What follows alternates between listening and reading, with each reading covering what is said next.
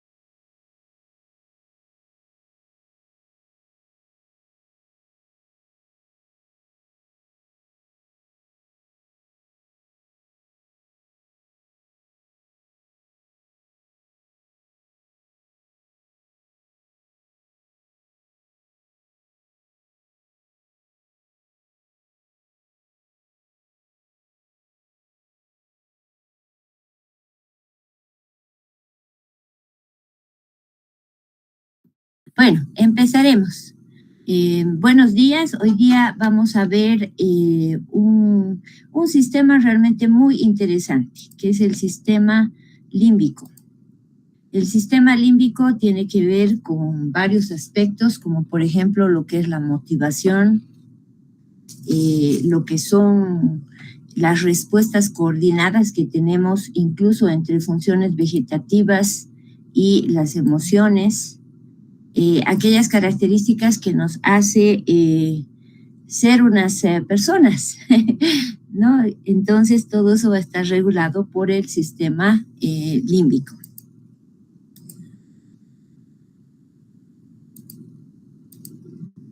Muy bien, entonces el sistema límbico es bueno, primero que se llama límbico porque habla de borde, habla de que es limítrofe. El primero que habló de lo que es el sistema límbico y el primero que le dio ese nombre fue Paul Broca en 1878, ¿no? que era un fisiólogo francés que le debemos muchas cosas en la parte neurológica. Entonces, después, Paul de MacLean fue en 1949 el que le denominó lóbulo límbico, ¿no? Y si es límbico, volvemos a repetir, porque es del borde, y vamos a ver ahorita por qué. Entonces, el sistema límbico o limítrofe es un conjunto de estructuras cerebrales que se van a ubicar lateralmente al tálamo óptico, debajo de la corteza cerebral y por encima del tronco del encéfalo. Tiene un circuito neuronal que va a controlar los procesos emocionales, la memoria, la motivación, al conectarse con otras partes del cerebelo.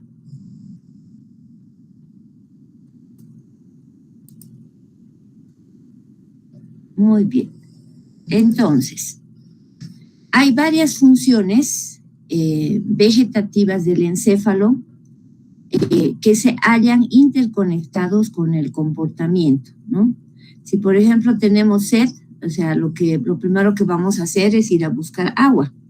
Si tenemos hambre, vamos a ir a buscar algo que comer, ¿no? Entonces, hay una profunda interconexión entre lo que son las funciones vegetativas del encéfalo, entre su control y el comportamiento que nosotros vamos a tener.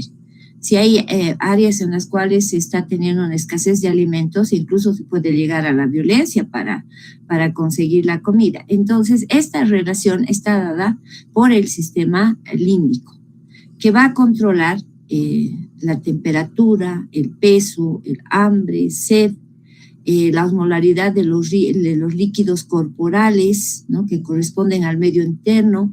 Entonces, todo esto va a estar regulado por el hipotálamo y sus estructuras afines que hacen parte del sistema límbico. ¿no? Es como que en el hipotálamo están las funciones básicas de supervivencia, incluso la reproducción, el deseo de la reproducción.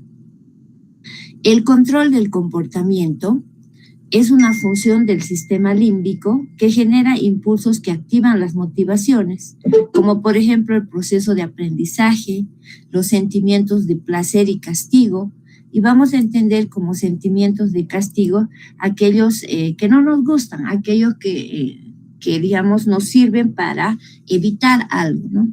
Si ves una persona ahí caminando por la calle con la que siempre tienes un problema o la que siempre te dice una palabra difícil, entonces obviamente que vas a preferir irte al frente o dar la vuelta o entrarte a algún lugar. ¿Por qué? Porque vamos a tomar decisiones en función del placer, es decir, lo bonito que podamos sentir, o el castigo, que sea una experiencia o una sensación de tipo negativo. Muy bien, entonces vamos a ver qué estructuras están conformadas o que están conformando el sistema límbico. Entonces, el sistema límbico es un complejo que va a estar interconectado entre sí, entre la parte encefálica, basal, ¿no? Y el centro de este sistema es precisamente el hipotálamo, que a su vez va a estar compuesto por varios núcleos y algunos tractos nerviosos. Va a estar siempre rodeado de las estructuras límbicas subcorticales, como por ejemplo los núcleos septales, el área paraolfatoria, los núcleos anteriores del tálamo, segmentos específicos de los ganglios basales, el hipocampo y la amígdala. En la imagen ustedes pueden ver el rol protagónico que tiene el hipotálamo, pero también todas estas estructuras que lo van rodeando para conformar lo que es el sistema límbico.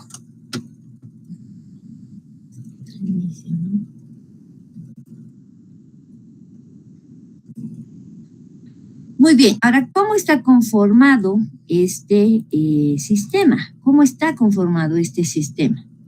Este sistema va a tener dos partes, una parte superior de tipo activadora y una parte inferior de tipo inhibitorio, ¿no?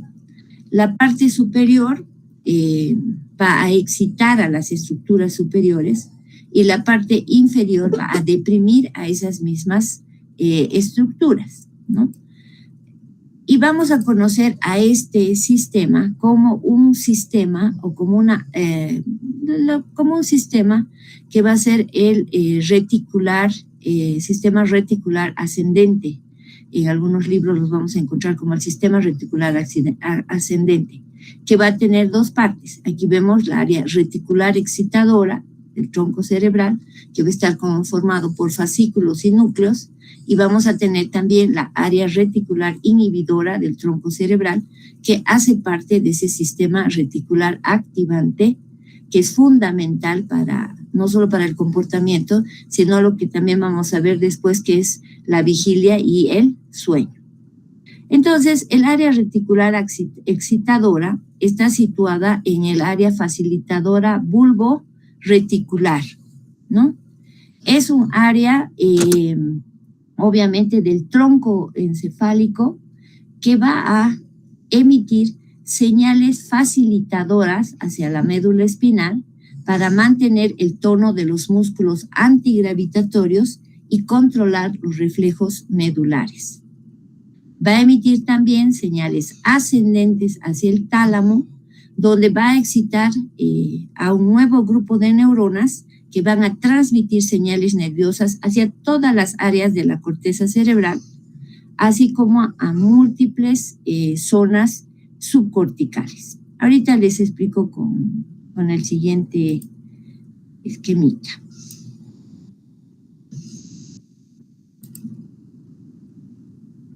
Ya.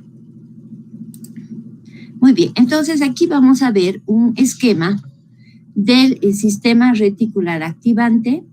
Van a ver que en la parte superior está la parte excitadora, y en la parte inferior la parte inhibidora. Esta parte excitadora que está en el área bulborreticular va a emitir señales hacia el tálamo óptico, aquí en la parte central del dibujo.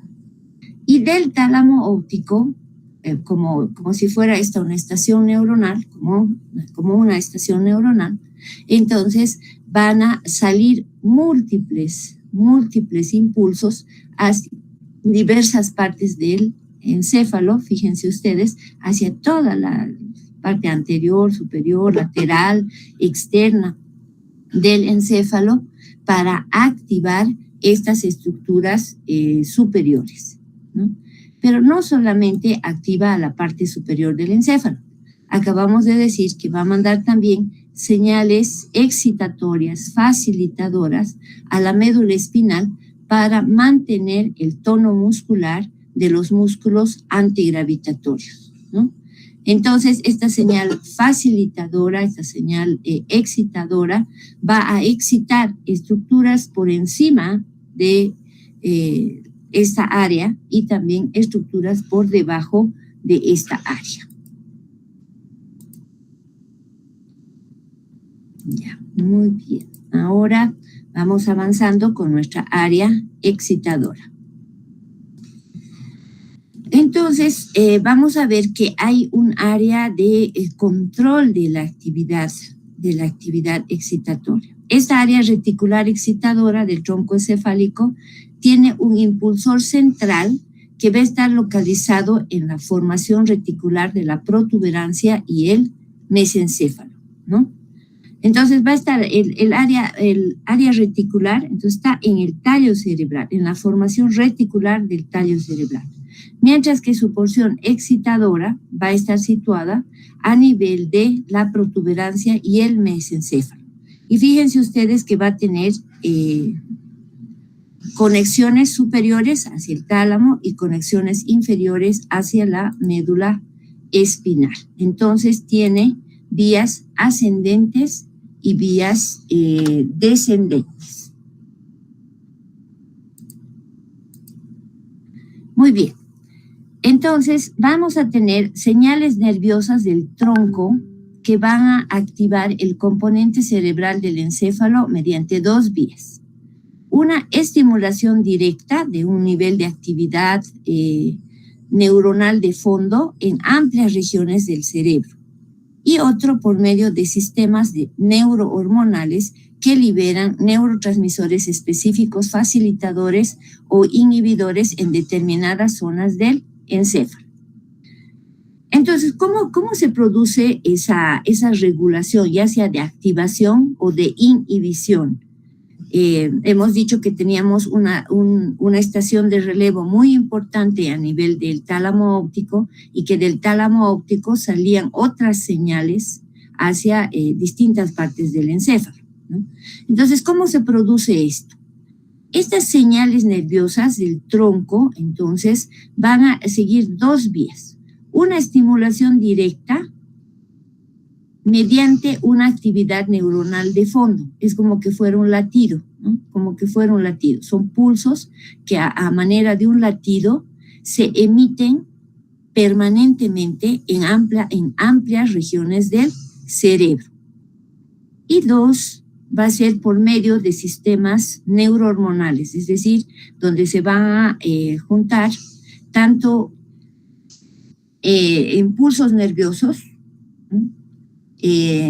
como factores hormonales que van a liberar neurotransmisores específicos que van a ser facilitadores o inhibidores en determinadas zonas del encéfalo. Algo que hay que remarcar, que es fundamental, es que los neurotransmisores por sí mismos no son inhibidores ni excitadores, ¿no? Sino que depende del receptor en el elemento postsináptico, ¿no? Un ejemplo, la acetilcolina por encima del diafragma tiene un efecto inhibitorio, por ejemplo, deprime la frecuencia cardíaca. Pero por debajo del músculo diafragma va a tener una función excitatoria. Entonces, ¿a qué se debe? a que tiene receptores en el elemento postsináptico de tipo inhibitorio por encima del diafragma y de tipo excitatorio por debajo del diafragma.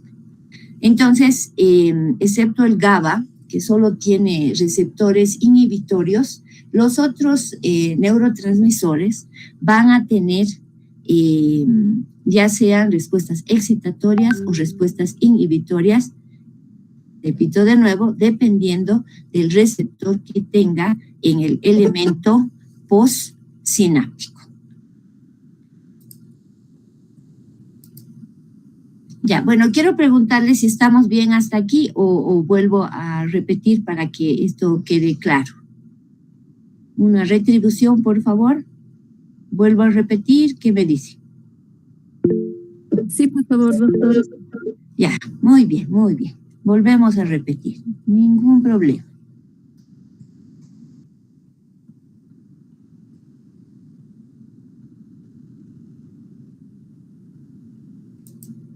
Ya. Listo. Entonces, en el tallo cerebral vamos a tener una formación que se llama la formación reticular. ¿Bien? Esa formación reticular va a estar conformada por fascículos, pero también va a estar conformada por núcleos. En esa formación reticular que está sobre el tallo cerebral, bulbo, puente, mesencéfalo, vamos a encontrar dos zonas. Una porción superior, que es la porción excitatoria, y una porción inferior, que es una porción inhibitoria. ¿Ya? La porción excitatoria va a mandar señales excitadoras, de prendido, digamos, excitadoras, de prendido, hacia estructuras superiores y hacia estructuras inferiores. Hacia arriba, esas conexiones van a tener van a tener una estación neuronal muy importante, que es el tálamo óptico, y del tálamo óptico van a salir múltiples conexiones hacia distintas áreas del encéfalo, como se ve en el dibujito, ¿no? Pero también esta porción activadora del sistema reticular va a enviar señales excitadoras, facilitadoras hacia la médula espinal para mantener el tono muscular de los músculos antigravitatorios, ¿no? Es para que esas señales facilitadoras, para que la función medular, principalmente contra los músculos que luchan contra la gravedad, también se mantenga. También tenemos una porción de tipo inhibitoria, ¿no? Una porción de tipo inhibitoria que la vamos a ver a continuación. Ya, ahora, pero seguiremos con esta partecita que también hemos visto, ¿no? Hemos dicho que estas señales activadoras, impulsoras del encéfalo van a tener núcleos y también fascículos, ¿no? Entre esos que suben y que bajan. Entonces, dentro de esos núcleos vamos a tener a la sustancia negra en el mesencéfalo, que va a generar dopamina, las neuronas gigantocelulares de la formación reticular, que van a producir acetilcolina, que esas van a dirigirse hacia el cerebelo, por ejemplo, a partir de otro núcleo. O sea, van a todas las áreas, ¿no? Van a todas las áreas, pero que se llama, hay núcleos específicos. El locus coeruleus, por ejemplo, va a producir noradrenalina, y los núcleos del RAFE van a producir serotonina. Repito entonces, va a haber la sustancia negra que genera dopamina, las neuronas gigantocelulares de la formación reticular, que va a producir acetilcolina, el locus coeruleus, que produce noradrenalina, y los núcleos del RAFE, que producen serotonina. Estos núcleos son absolutamente importantes para esa regulación que se ve aquí por sistemas neurohormonales. Y se suma a la estimulación directa, ¿no?, de un nivel de actividad neuronal de fondo, ¿no? Y ya les digo, es como si fuera estos pulsos nerviosos son como si fueran el latido del corazón, ¿no? Entonces está permanentemente, este pulso nervioso está activando las estructuras superiores. Ahora, si necesitamos aumentar esa función que vamos a realizar, entonces ahí se liberará la sustancia de la sustancia negra la dopamina, se liberará la acetilcolina, dependiendo de la actividad que nosotros vamos a tener.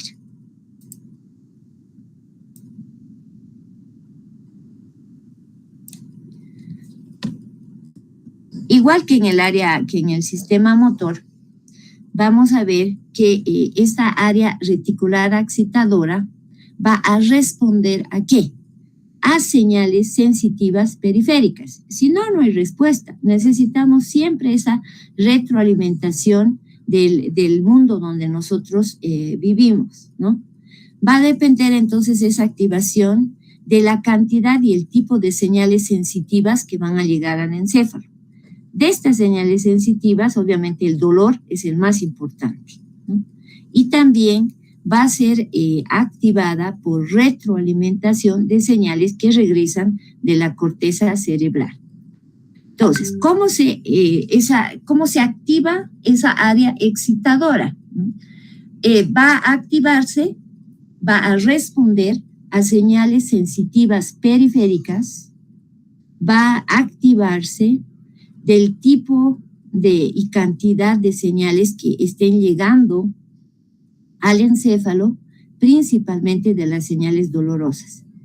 Díganme ustedes sí o no que mientras nos duele, pues realmente es lo primero que prestamos atención, ¿no? ¿Por qué?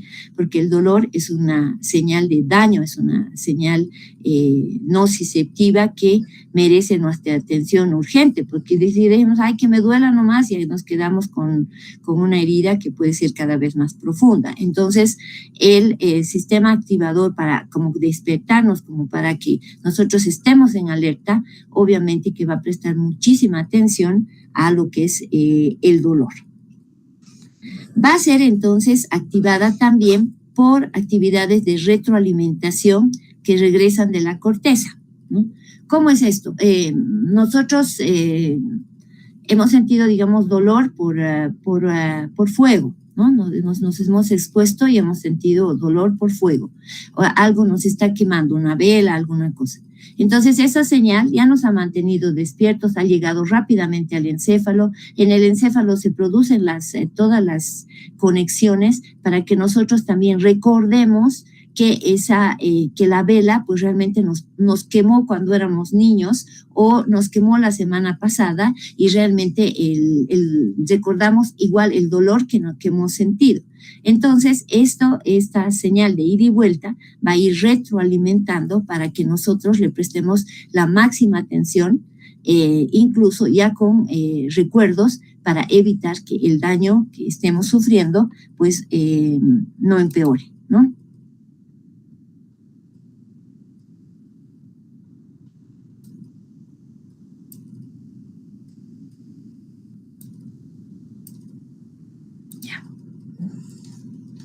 Ahora, hay un punto sumamente importante en esto, ¿no? Que es el quinto par craneal, ¿no? El quinto par craneal. ¿Por qué? Porque un corte del tronco del encéfalo por debajo del quinto par craneal evita el coma, ¿no? O sea, si se produce un corte del tallo cerebral por debajo del par craneal, entonces va a evitar el coma. Entonces, si el corte del tronco cerebral se realiza por encima del quinto par, vamos a tener coma en ese paciente, ¿no? ¿Por qué? Porque se reciben muchas señales sensitivas de las regiones faciales y orales, ¿ya? Entonces, el quinto par craneal es como que fuera el botón de encendido y apagado para que una persona pueda tener coma, pueda entrar al coma o no, ¿no? ¿Qué entendemos como coma? Que es un estado, digamos, parecido al sueño, pero el cual no puede revertirse por estímulos sonoros ni dolorosos, ¿no? Ahora, claro, hay diferentes grados de coma, pero es muy diferente de lo que es el sueño. Entonces, aquí el quinto par craneal es sumamente importante para que ese encéfalo esté prendido y no se entre en coma, ¿ya? ¿Por qué? Por la gran cantidad de señales sensitivas que vienen de las regiones faciales y orales. Muy bien. Ahora vamos a ver al área reticular inhibidora del tronco cerebral, ¿no? Va a ocupar una posición medial y ventral en el bulbo raquídeo, ¿no? Recordemos que la excitadora estaba a nivel de puente y mesencéfalo. En cambio, la porción inhibidora de la formación reticular va a ocupar una posición en el medio y ventral en el bulbo raquídeo. Puede inhibir al área facilitadora reticular del tronco del encéfalo y reduce las actividades de las porciones superiores del cerebro. Va a liberar serotonina en puntos claves del encéfalo. Muy bien, entonces repetimos. La formación o área reticular inhibidora del tallo cerebral va a estar situada en la parte medial y ventral del bulbo raquídeo. Va a inhibir a la porción facilitadora, o sea, la puede apagar al botón de encendido, digamos, del encéfalo, a la porción excitadora, facilitadora del tronco del encéfalo, y obviamente va a reducir las actividades de las porciones superiores del cerebro. Va a liberar serotonina en puntos clave del encéfalo para que se produzca esta inhibición. Entonces aquí veremos que hemos nombrado 4 neurotransmisores, ¿verdad? Hemos nombrado a la dopamina, hemos nombrado a la noradrenalina, hemos nombrado a la acetilcolina y a la serotonina. Las 3 primeras tienen que ver con una función excitatoria a nivel del encéfalo, relacionada con la porción excitadora del sistema reticular, y la serotonina, que tiene que ver con una función de tipo inhibitoria, tanto de la formación facilitadora como de estructuras superiores del encéfalo. Entonces vamos a tener aquí, dentro de los sistemas neurohormonales, un sistema noradrenérgico excitador, que está a cargo de locus coeruleus, un sistema dopaminérgico excitador, que va a actuar en algunas zonas, ¿no? En algunas zonas, pero también puede ser inhibidora en otras, ¿no? Y que está a cargo del locus niger, ¿no? Entonces, veíamos la función importante que tiene el locus niger para regular que los movimientos, ¿no? Para que estos sean suaves, para que estos sean adecuados, ¿no? Entonces, aquí está claramente que hay receptores del elemento postsináptico para la dopamina que son excitadores en algunas estructuras e inhibidores en otras estructuras. ¿Por qué está producida la dopamina o por qué núcleo está producida la dopamina? Por el locus niger o sustancia negra. También vamos a tener este sistema que es serotoninérgico, que es de tipo inhibidor y que está a cargo o es producido por los núcleos del RAFE, predominantemente a nivel vulvar. Y un sistema acetilcolinérgico gigantocelular que puede tener una función excitadora en determinadas áreas y una función inhibidora en otras. ¿En función de qué? En función de los elementos que tenga o de los receptores que tenga en el elemento postsináptico. Muy bien, entonces hemos visto el sistema reticular activador, que tiene 2 porciones, una porción superior excitatoria y una porción inferior inhibitoria. La porción superior excitatoria va a estar situada a nivel del puente y el mesencéfalo.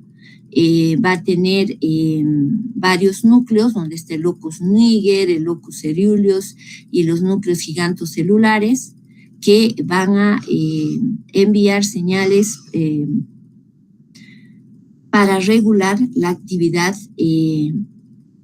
de base, o sea, para regular la actividad de base, para modelarla, para modularla en función de también los impulsos que son enviados por las fibras del sistema reticular hacia áreas superiores del encéfalo, que tienen una estación de paso, una estación de base, digamos, una estación de paso que es el tálamo óptico, y que de ahí salen señales hacia distintas áreas del encéfalo para el encendido del tallo cerebral y de todo el encéfalo, también de los hemisferios, de todas las estructuras.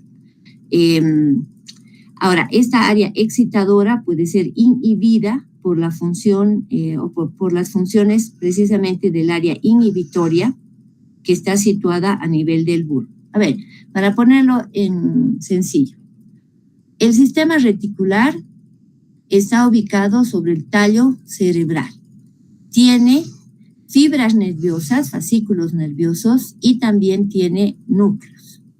Esta área está dividida en dos: una porción superior, que es el área excitadora, y una porción inhibitoria que está por debajo. La porción superior excitatoria manda señales hacia el tálamo óptico, que es su estación de relevo. Y del tálamo óptico salen múltiples conexiones a distintas partes del encéfalo para excitar todas esas áreas.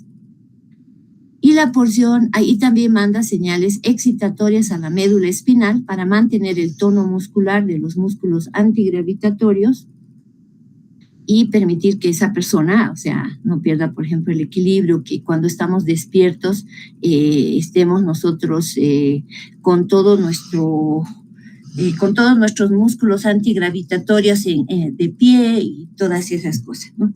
Recuerden que cuando estamos de sueño, o sea, medio que flaquean nuestras piernas y queremos dormir, ¿no? ¿Por qué?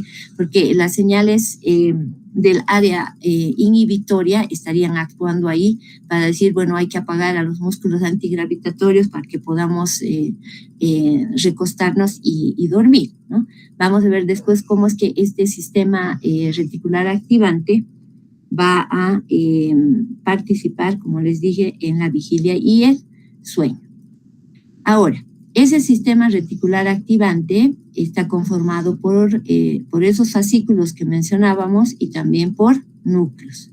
Por los fascículos vamos a tener un pulso neuronal que va a mantener una actividad de base, que es como una especie de latido que va a mantener activada, funcionando al tallo y al encéfalo. Pero además, esos núcleos que hemos hablado, el locus niger, el lucus coeruleus, el núcleo gigantocelular, van a regular también esas funciones a partir de la secreción, ya sea de dopamina, acetilcolina y noradrenalina, para mantener activo esas áreas bajo su dependencia. Mientras que la porción inhibitoria, entonces, puede inhibir a esa porción excitatoria, ¿no?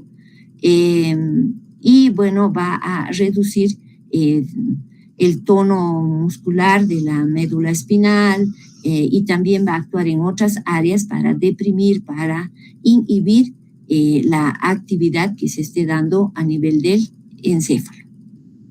Hemos visto también que es clave el quinto par craneal. Si, por ejemplo, se produce un corte del tallo cerebral por encima del quinto par craneal, entonces ese animalito, esa persona puede entrar en coma. ¿Por qué? Porque el quinto par craneal va a traer una gran cantidad de información sensitiva de la cara y también del área oral. Ya, muy bien. Espero que con ese pequeño resumen estemos mejor. Ahora vamos a ver lo que es la corteza límbica, ¿no? Y la corteza límbica va a estar alrededor del sistema límbico y va a estar formada por el cuerpo calloso, por el giros del parahipocampo, por el hipocampo que está ahí y también por el giros del cíngulo. En el medio de todo, vamos a tener a la estructura más importante de este sistema, ¿no? Que es el hipotálamo. ¿Cuáles son las funciones del hipotálamo? Es el control del comportamiento y funciones vegetativas del encéfalo. Todas aquellas de las cuales nosotros no nos preocupamos, pero que realmente, o sea, son las que nos mantienen vivos, ¿no? Por ejemplo, la regulación de la temperatura corporal, la osmolaridad de los líquidos corporales, los impulsos para mantener nuestra vida como comer y beber, y también para controlar el peso corporal. Entonces vamos a tener un centro de la sed, vamos a tener un centro del hambre, un centro de la saciedad, sumamente importantes, porque no podemos vivir sin consumir alimentos para obtener energía, ¿no? Esa energía que nos va a permitir realizar todas las actividades que nosotros necesitamos tener, ¿no?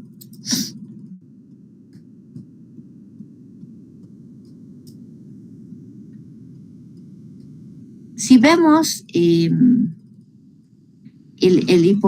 hipotálamo, todas las estructuras que hemos hablado que forman parte de la corteza límbica, también vamos a tener múltiples conexiones con, por ejemplo, el óvulo occipital, con las estrías medulares talámicas, con los núcleos anteriores del tálamo. O sea, podríamos nombrar una gran cantidad de estructuras, núcleos subcorticales que van a estar en relación con el hipotálamo y con este sistema, ¿no? Ahora, hay varios niveles de control de tipo vegetativo, ¿no? El sistema límbico va a orientar, va a dirigir, va a controlar la homeostasis y también a situaciones y emociones. ¿Qué es homeostasis? La homeostasis es un estado de equilibrio del medio interno, ¿no? O sea, tenemos un cuerpo humano totalmente normal, con todas sus funciones vegetativas funcionando. Entonces, el sistema límbico va a coordinar, ¿no? Va a orientar esa homeostasis con nuestras situaciones y emociones. Cuando nos dan nuestro plato favorito, nosotros sí ponemos una sonrisa, ¿no? Y decimos y agradecemos, ¿no? ¿Por qué? Porque nos están dando un plato que a nosotros nos gusta, ¿no? Entonces ese es nuestro plato favorito. Va a desencadenar que nosotros sintamos hambre o deseo de comerlo, y vamos a sentirnos muy felices cuando degustamos ese plato que nos encanta, ¿no? Y de paso vamos a ser muy amables para decirle a nuestra mamá o a la persona que haya cocinado ese plato que muchas gracias, y vamos a estar alegres. No es que nos dan nuestro plato favorito y nosotros lo echamos, digamos, ¿no? Sino que el sistema límbico está a cargo de esa relación, ¿no? Entre las funciones vegetativas y nuestras emociones.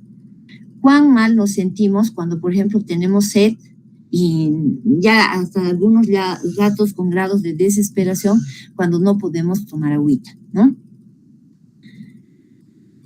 El hipotálamo, entonces, digamos, va a permitir una constancia de estas variables, de la sed, del hambre, de todo eso, ¿no?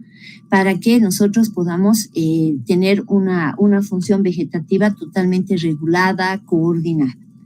El tronco cerebral, por su parte, va a tener una modulación automática de las respuestas, y la parte medular que está a cargo a partir de los reflejos, ¿no?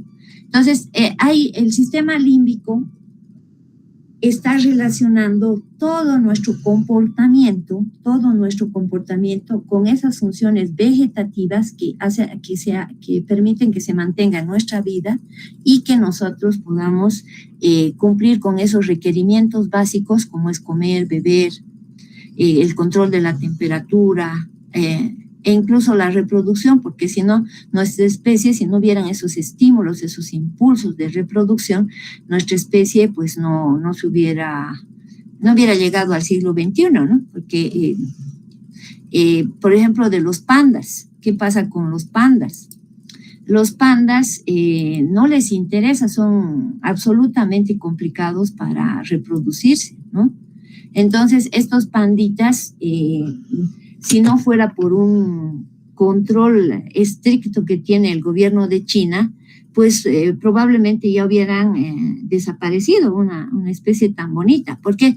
Porque son realmente apáticos para reproducirse. En muchos zoológicos, en muchos lugares y principalmente en los santuarios que tiene China, utilizan inseminación artificial para reproducir a los pandas, ¿no? Entonces, la función del sistema límbico y principalmente del hipotálamo en este tema es fundamental. Otra cosa que hacen los pandas a manera de descansar es que, por ejemplo, si tiene 2 hijitos, si nacen 2 criitas, ¿no? La madre elige a uno y se olvida del otro, ¿no? ¿Por qué? Porque a ella le da mucha flojera y no puede, según ella, criar 2 porque es demasiado esfuerzo, ¿no? Entonces, esa especie de los pandas son absolutamente bonitos para ver sus actividades, pero tienen ese tipo de comportamiento. Imagínense de los humanos, o sea, terrible. Se tienen 2 mellizos y a uno dejas y al otro lo crías, o sea, espantoso, ¿no? Bueno, vamos a ver ahora lo que es el hipotálamo. El hipotálamo es muy pequeño en realidad, va a medir pocos centímetros y va a pesar 4 gramitos, ¿no?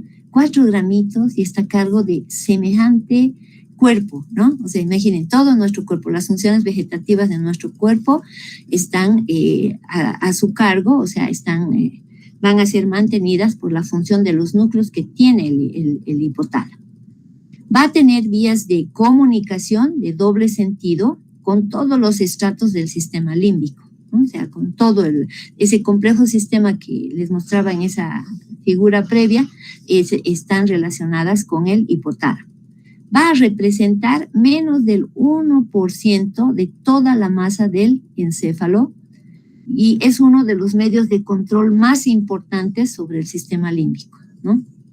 Y no solamente sobre el sistema límbico, sino sobre todo nuestras funciones de supervivencia en realidad, ¿no? Regula la mayoría de las funciones vegetativas y endocrinas del cuerpo. Ya vamos a ver después, cuando entremos a endocrino, cómo el hipotálamo va a controlar el sistema endocrino, ¿no? Y mediante el sistema endocrino, todos los órganos del cuerpo, ¿no? Y funciones tan importantes como hablábamos de la reproducción mediante las hormonas folículo estimulante, luteinizante y todo eso. Entonces, esta estructura de 4 gramitos, pues realmente tiene una función sumamente importante en la regulación neuroendocrina del cuerpo. Muy bien, más. ¿Y cómo está conformado el hipotálamo? El hipotálamo entonces va a tener unos componentes de los núcleos basales, va a tener los núcleos anteriores del tálamo, del núcleo del área septal. El hipotálamo va a estar rodeado por los componentes de los ganglios basales, por los núcleos anteriores del tálamo, por el área septal, el área paraolfatorio. Es decir, que ocupa el centro del sistema límbico, ¿no? Está ocupando el centro del sistema límbico, dada la importancia que tiene en ese sistema de regulación neuroendocrina, ¿no? Ya.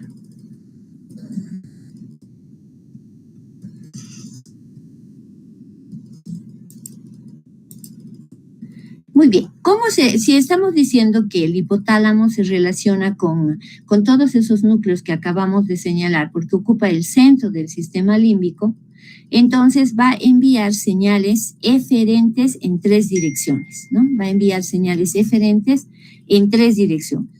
A la parte posterior e inferior, hacia el tronco del encéfalo, dirigida sobre todo a las áreas reticulares del mesencéfalo, la protuberancia y el bulbo raquídeo, y desde estas regiones hacia los nervios periféricos que pertenecen al sistema nervioso autónomo.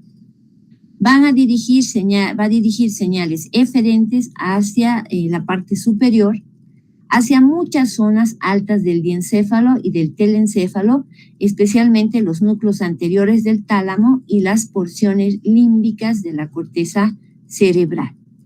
Y también va a mandar hacia el infundíbulo hipotalámico para controlar la mayoría de las funciones secretorias de la neurohipófisis y de la adenohipófisis. Y mediante la neurohipófisis y la adenohipófisis va a regular el sistema endocrino de todo nuestro cuerpo. Entonces, vuelvo atrás para hablar un poco más.